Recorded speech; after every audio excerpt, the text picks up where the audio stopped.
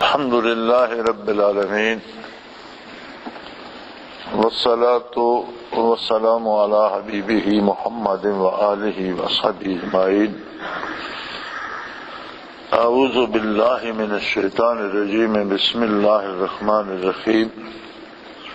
یسألونک عن الخمر والمیسر قل فیہما اسم کبیر ومنافع للناس واسمهما اکبر من نفعهما ویسألونک ماذا ينفقون قل العفو كذلك يبين الله لكم الآيات لعلكم تتفکرون۔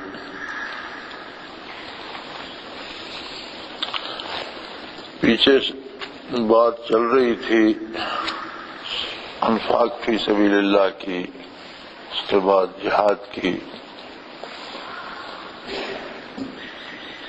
اب یہاں اس عید کے معاشرے کا ایک اور پہلو سامنے لایا جا رہا ہے۔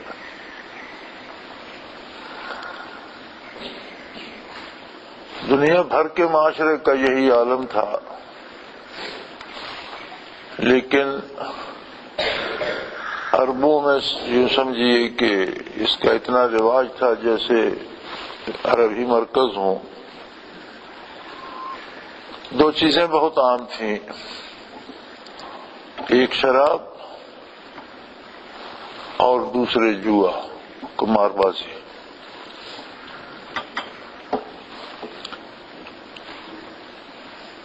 قرآن حکیم نے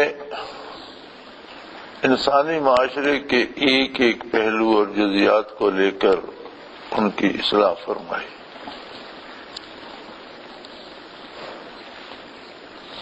یہاں ارشاد فرمایا کہ لوگ خمر، نشہ آور شے، کوئی بھی ایسی چیز جو حواس کو، انسانی حواس کو مختل کر دے۔ شراب کا لفظی معنی تو پینے کا ہے، کوئی بھی پینے کی چیز اسے شراب کہتے ہیں۔ بلکہ ہمارے یہاں کے ایک حاجی صاحب حج پر گئے تھے تو وہ بچے مینا میں ٹن لیے پیپسی کوک وغیرہ کے بیچ رہے ہوتے ہیں، یا جوس کے ٹن ہوتے ہیں، تو وہ صدا لگا رہے ہوتے ہیں شراب شراب شراب۔ تو وہ واپس آئے تو انہیں بڑا شکوہ تھا کہ کمال ہے یار، وہ مینا میں شراب بیچ رہے تھے۔ تو شراب سے لفظی مراد تو پینے کی چیز ہے، وہ تو پینے کی چیز بیچ رہے تھے۔ لیکن خمر یا نشہ آور اسے کہتے ہیں کہ جو انسانی حواس کو مختل کر دے، نیک و بد کی تمیز نہ رہے۔ فرمایا آپ سے خمر کے بارے پوچھتے ہیں اور قمار جوئے کے بارے پوچھتے ہیں، آپ انہیں یہ ارشاد فرمائیے کہ ان میں بھی بعض لوگوں کو منافع تو ملتا ہے۔ اب جو لوگ مختلف چیزوں سے شراب بنا کر بیچتے ہیں وہ اس سے کماتے ہیں، ان کا روزگار ہے۔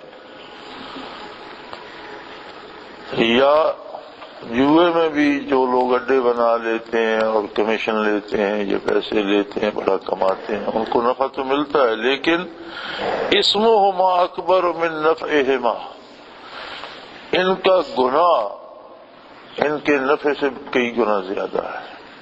اگر ایک آدمی کو نفع ملتا ہے تو لاکھوں انسانوں کو نقصان ہوتا ہے اور لاکھوں زندگیاں تباہ ہوتی ہیں۔ ہمارے آج کے بعض دانشوروں نے یہاں سے یہ دلیل لی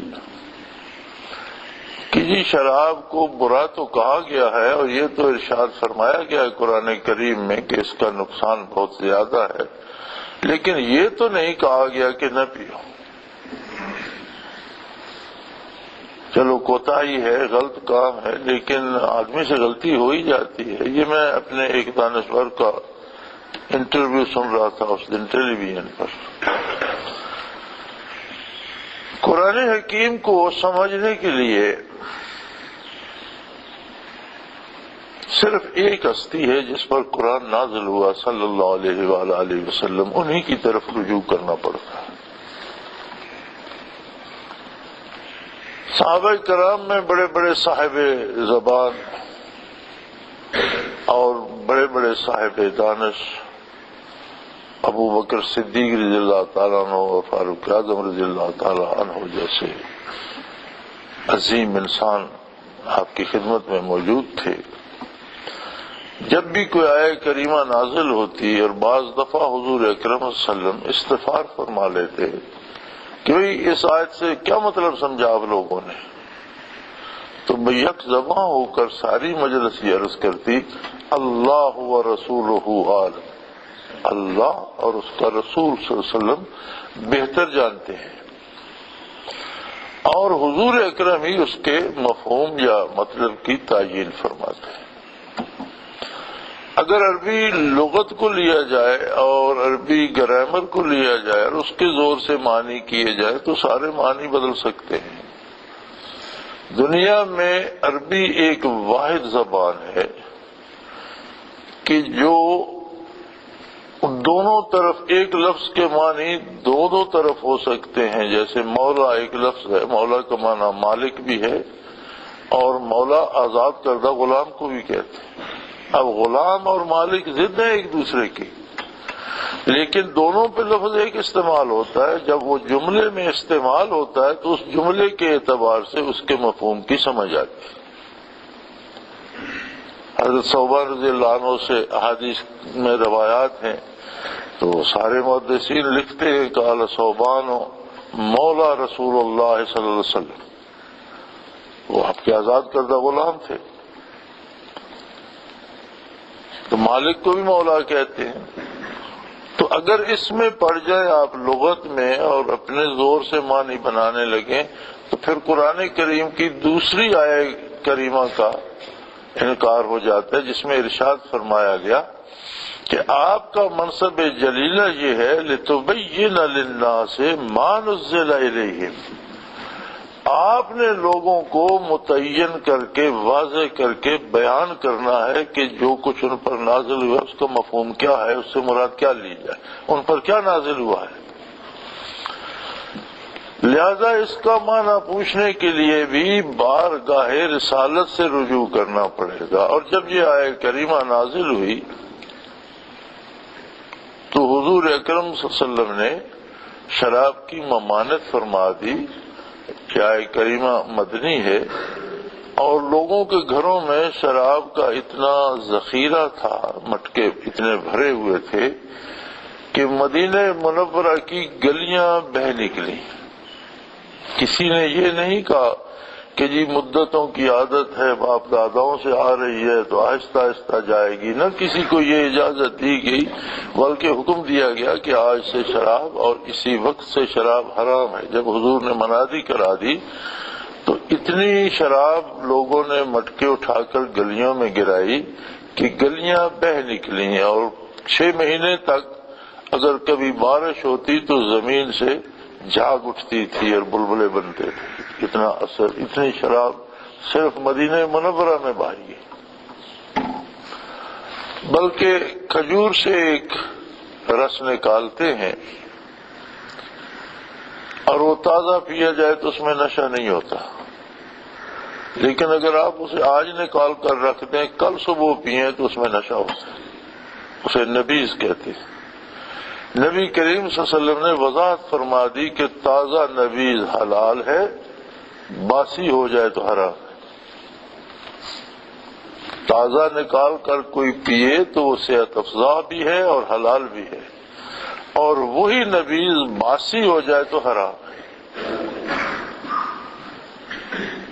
تو یہ ہمارے مشرقی پاکستان میں جب تھا، پھر بنگلہ دیش بن گیا، تو بنگلہ دیش میں نے دیکھا، میں بنگلہ دیش میں بھی کئی دفعہ گیا ہوں، تو وہاں وہ کھجور کا رس نکالتے ہیں جس طرح ربڑ کے درخت کو زخم لگا کر ساتھ برتن باندھ دیتے ہیں، اس طرح وہ کھجور کو تھوڑا سا زخم لگا کر ساتھ برتن باندھ دیتے ہیں، اس میں وہ رس گرتا رہتا ہے، اور پھر پیتے بھی ہیں. اگر باسی ہو جائے تو اسے گرم کر کے اس سے گڑ بناتے ہیں، ڈھاکے میں وہ گڑ ملا کرتا ہے، اسی کا گڑ بن جاتا ہے، اور گڑ میں پھر وہ نشہ وغیرہ نہیں ہوتا، لیکن اس کا ٹیسٹ اپنا الگ ہوتا ہے.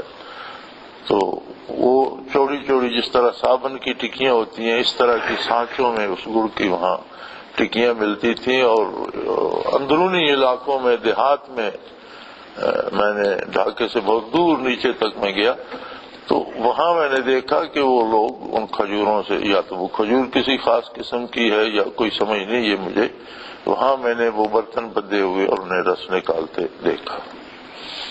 تو یہاں تک حضور اکرم صلی اللہ علیہ وسلم نے وضاحت فرما دی کہ وہ اگر تازہ ہے تو درست ہے، لیکن اگر ایک دن گزر گیا اور باسی ہو گیا تو اس میں نشہ پیدا ہو جاتا ہے، وہ حرام ہے۔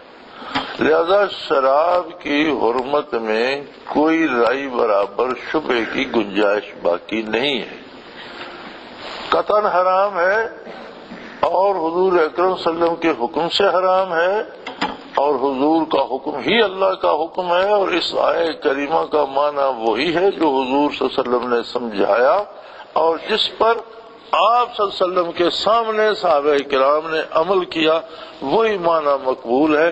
آج کے دانشور جو چور دروازے ڈھونڈ رہے ہیں یہ دین کے خلاف ہے اور نبی کریم صلی اللہ علیہ وسلم کی حکم عدولی ہے۔ اللہ کریم ہم سب کو معاف فرمائے۔ تو شراب حرام ہے اور جوا حرام ہے، یہی حرمت جوئے پر بھی ہے۔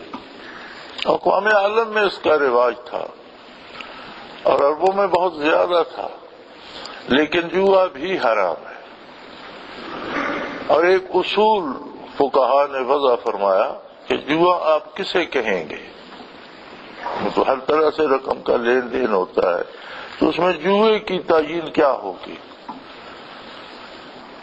چونکہ بعض لوگوں نے یہ اعتراض کیا کہ بھی جس طرح ہم خرید و فروخت کرتے ہیں، ایک چیز 10 روپے کی لیتے ہیں وہ 12 کی بک جاتی ہے، ایک 50 کی لیتے ہیں وہ 60 کی بک جاتی ہے، اس کے ساتھ پیسے آ جاتے ہیں، تو یہ لین دین بھی تو ویسا ہی جیسا جوئے میں ہم 100 روپے لگاتے ہیں تو 500 آ جاتا ہے۔ فرمایا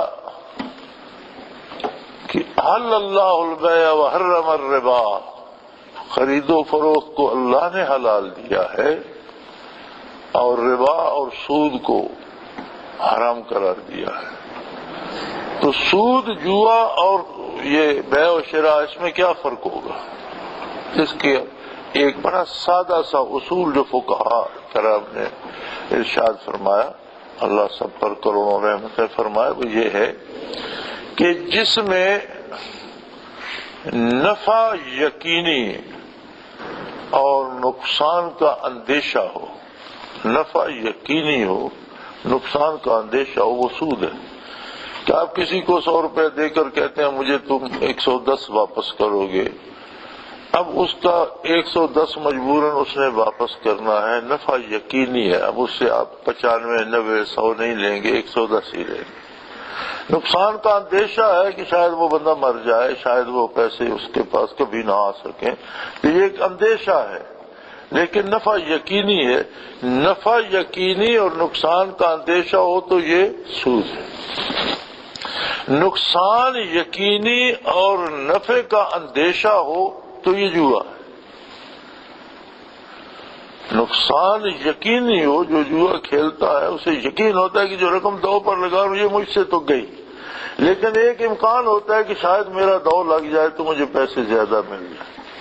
تو جہاں نقصان یقینی اور نفع موہوم ہو وہ جوا ہے، جہاں نفع یقینی اور نقصان موہوم ہو وہ سود ہے، اور جہاں نفع نقصان کے برابر امکان ہو وہ تجارت ہے۔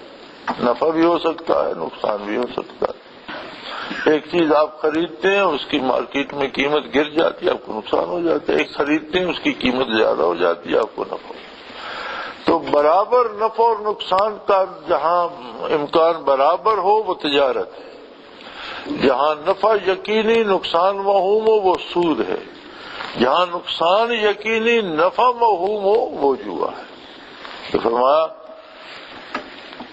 کہ لوگوں کو لالچ تو ہوتا ہے، یہ آپ سے سود اور جوئے کے بارے، شراب اور جوئے کے بارے سوال کرتے ہیں، تو انہیں فرما دیجئے کہ ان میں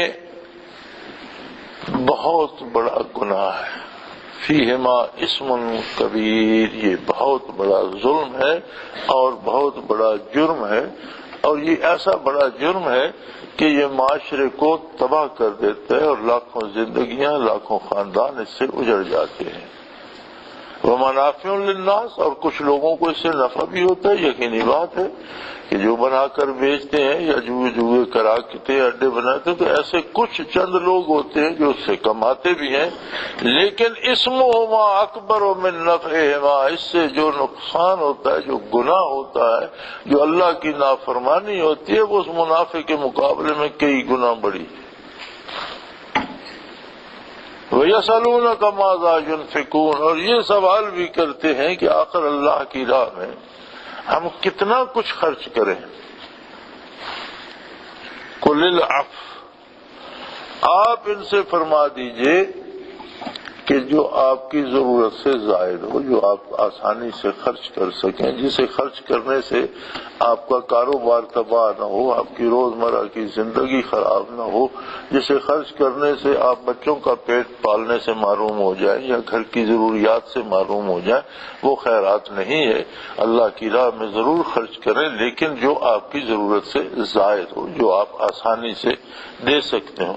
کذالک یبین اللہ لکم الآیات، اس طرح سے اللہ تمام آیات کھول کھول کر بیان فرماتا ہے، چھوٹی چھوٹی چیزیں اور جزیات واضح طور پر ارشاد فرما دیتا ہے، لعلکم تتفکرون، تاکہ تم خود بھی اس پہ تفکر کرو، غور کرو، سوچو، اس کے منافع اور اس کے نقصان کا موازنہ کر کے سوچو۔ تو عقل سلیم بھی یہ کہے گی کہ جس میں نفع ایک بندے کو ہوتا ہے اور نقصان لاکھوں کو ہوتا ہے، اس کے نفع کو دیکھا جائے یا اس نقصان کو دیکھا جائے۔ تو اسلام کا اور شریعت اسلامیہ کا کوئی حکم ایسا نہیں ہے جسے صالح مزاج قبول نہ کرے، عقل سلیم قبول نہ کرے، بلکہ جہاں سے عقل قبول کرنے سے انکار کرتی ہے وہاں عقل میں فطور ہے۔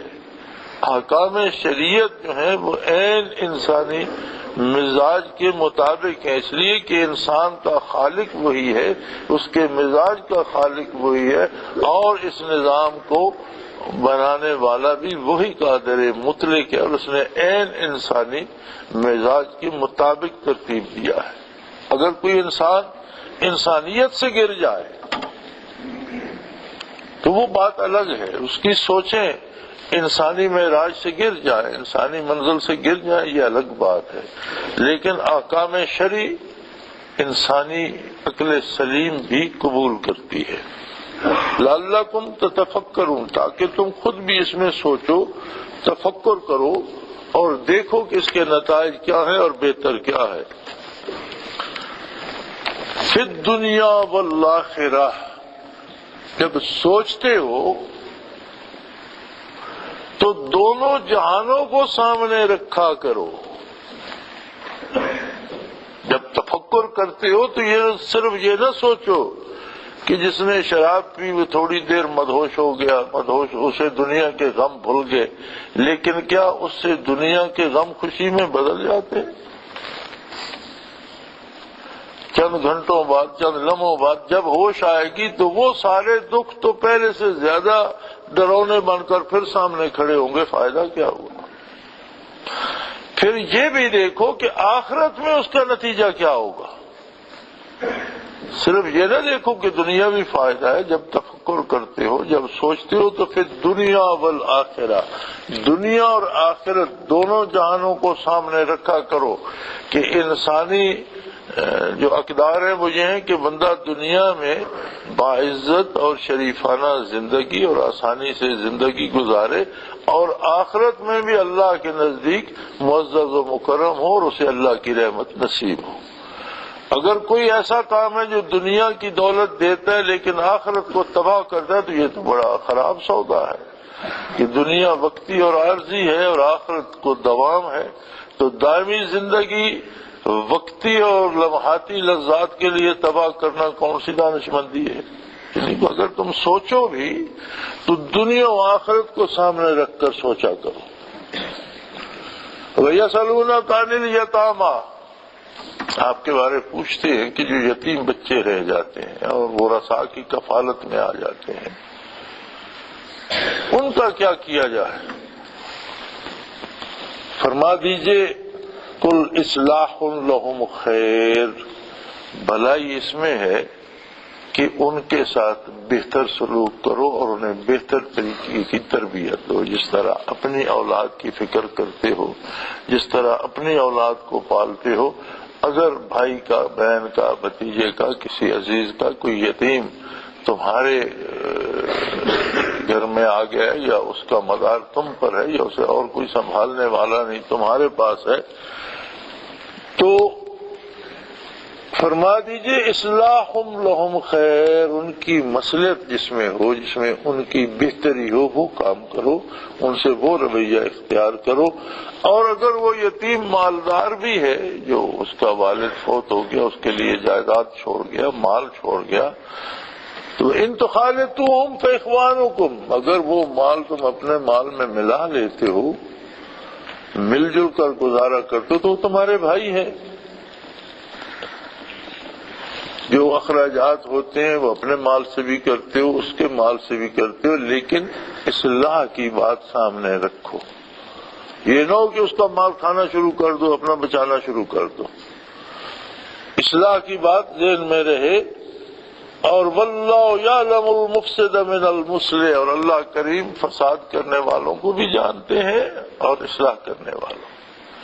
اگر تم اس کا نقصان کرو گے تو یہ تو فساد ہے، اور اگر جائز اس کا مال بھی اپنے ساتھ ملا کر خرچ کرتے ہو کہ اتنی ضرورتیں اس کی ہیں، اتنی ہماری ہیں، 4 بندے ہم ہیں، 2 بندے یہ ہیں، تو 2 سے ہمارا خرچ ہو، 1 ان کا ہو جائے تو کوئی حرج نہیں۔ لیکن اگر تم یہ کہو کہ اب یہ یتیم ہے، چھوٹا بچہ ہے، اسے تو سمجھ نہیں، ہم اس کا مال کھا لیں، تو یہ فساد ہوگا۔ تو اصلاح کا عمل جو ہے وہ سامنے رہے، جس میں ان کا مال بھی بچے، ان کی آبرو بھی بنے، انہیں علم بھی حاصل ہو، وہ بہتر انسان اور بہتر مسلمان بن سکیں۔ اور اللہ جانتا ہے کہ کون فساد پیدا کر رہا ہے اور کون اصلاح کی رعایت کر رہا ہے۔ وَلَوْ شَاءَ اللَّهُ لَأَعَانَتَكُمْ، اللہ قادر ہے، وہ چاہتا تو تم بھی رلا دیتا، تم بھی در بدر کی ٹھوکریں کھا رہے ہو۔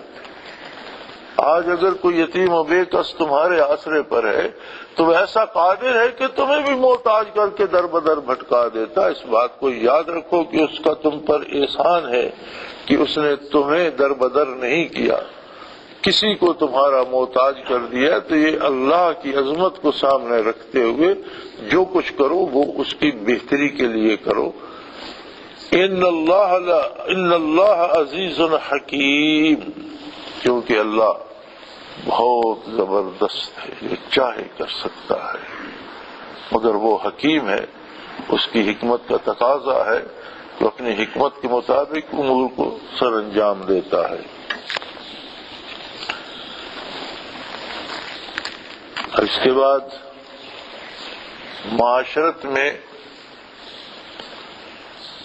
بڑا اہم سوال ہوتا ہے شادی بیاہ کا۔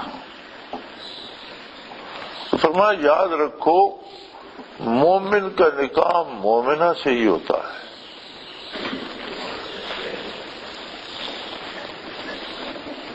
وَلَا تَنكِحُوا الْمُشْرِكَاتِ حَتَّى يُؤْمِنْ، کسی مشرک عورت سے نکاح نہ کرو، وہ درست نہیں ہے، اس نکاح کی اجازت نہیں ہے۔ ہاں اگر وہ ایمان لے آئے، اگر وہ ایمان لے آئے تو پھر تو وہ جیسے تم مسلمان ہو ویسے وہ مسلمان ہو گئی، اور اگر وہ ایمان قبول نہ کرے تو نکاح درست نہیں ہے۔ وَلَعَامَةٌ مُؤْمِنَةٌ خَيْرٌ مِّن مُشْرِكَةٍ وَلَوْ أَعْجَبَتْكُمْ۔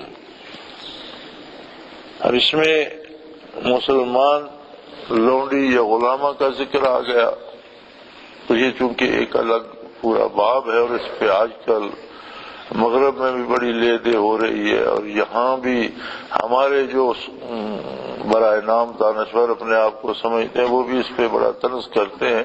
تو انشاءاللہ اگلے جمعے پر اس آیہ کریمہ کو شروع کریں گے تاکہ کنیز اور لونڈی کے موضوع پر بھی تفصیل سے بات ہو جائے۔ وآخر دعوانا ان الحمد للہ رب العالمین۔